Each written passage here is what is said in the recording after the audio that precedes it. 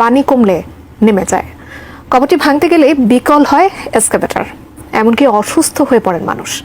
এমনই কত শত কথা প্রচলিত নীলফামারীর কিশোরগঞ্জের তিস্তা সেচ ক্যানেলের মাঝের একটি কবর নিয়ে।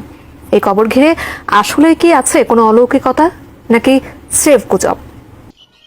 নীলফামারী কিশোরগঞ্জ উপজেলার ছিটরাজীব নামক স্থানে তিস্তার যে ক্যানেলটি রয়েছে সেখানে একটি কবর, পানি আসলে কবরটি ভেসে ওঠে এবং পানি নামলেই কবরটি নেমে যায়। কি এক অলৌকিকতা, যা স্থানীয়রা বিভিন্নভাবে জনসম্মতি রয়েছে।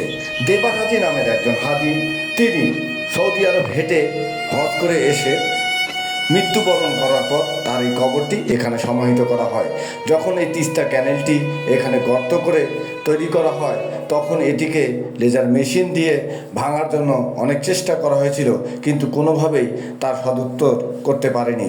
যেই এসকেলেটার এটিকে আঘাত করতে আসে, তৎক্ষণাৎ এসকেলেটারটি ভেঙে যায় বা স্টার্ট বন্ধ হয়ে যায়। এই অলৌকিক ঘটনার সাক্ষী অনেকেই।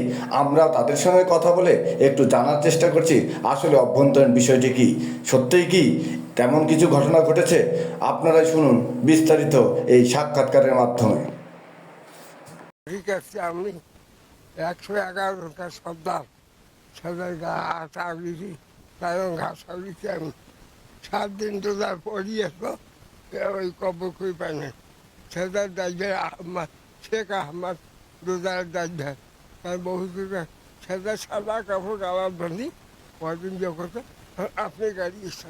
আমি নিজেও দেখিনি, জানতে পারলাম যে ওখানে ওই কবরগুলো উঠার সময়, যখন ক্যানেল হয় এই ক্যানেলটা উঠার সময়, কবরগুলো উঠে দেওয়ার সময় ডোজার নাগা ছিল, ডোজার নাগিয়া ডোজার সেখানে কাজ করে পারেনি, যার ফলে কাজটা বন্ধ রাখছিল। বন্ধ রাখার পরে এই পাকে তো চতুর্দিকে খোলা, ক্যানেল খোলা হয়ে গেছে। এখন লাস্টে ওইটা ওই তার যে অংশীদার আছে, এই অংশীদারেরা কবরটা ঘিরে রাখছে, এর দিয়ে ঘিরে রাখছে ওই পর্যন্ত, তখন থেকে এখন পর্যন্ত চলছে। এখানে গোরস্থানটা ওই ডোজার লাগিয়ে দিয়ে ভাঙতে পারেনি, আর তার পাশে 2টা ছিল, ও 2টা উঠে গেছে। আমি এখানে দীর্ঘদিন আমার বন্ধু বান্ধবের সাথে আসছিলাম, দেখছি কবর যখন পানি ভাসে তখন আল্লাহর রহমতে কবর ভাসে যায়, আবার যখন পানি হেঁটে যায় আবার দেখি নিচে যায়, এটা আল্লাহর রহমত।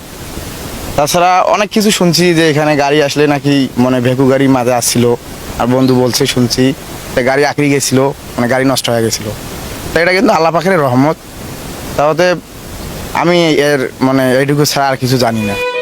রহস্যে ঘেরা দেবার হাজির কবরটিকে ঘিরে কৌতূহলের শেষ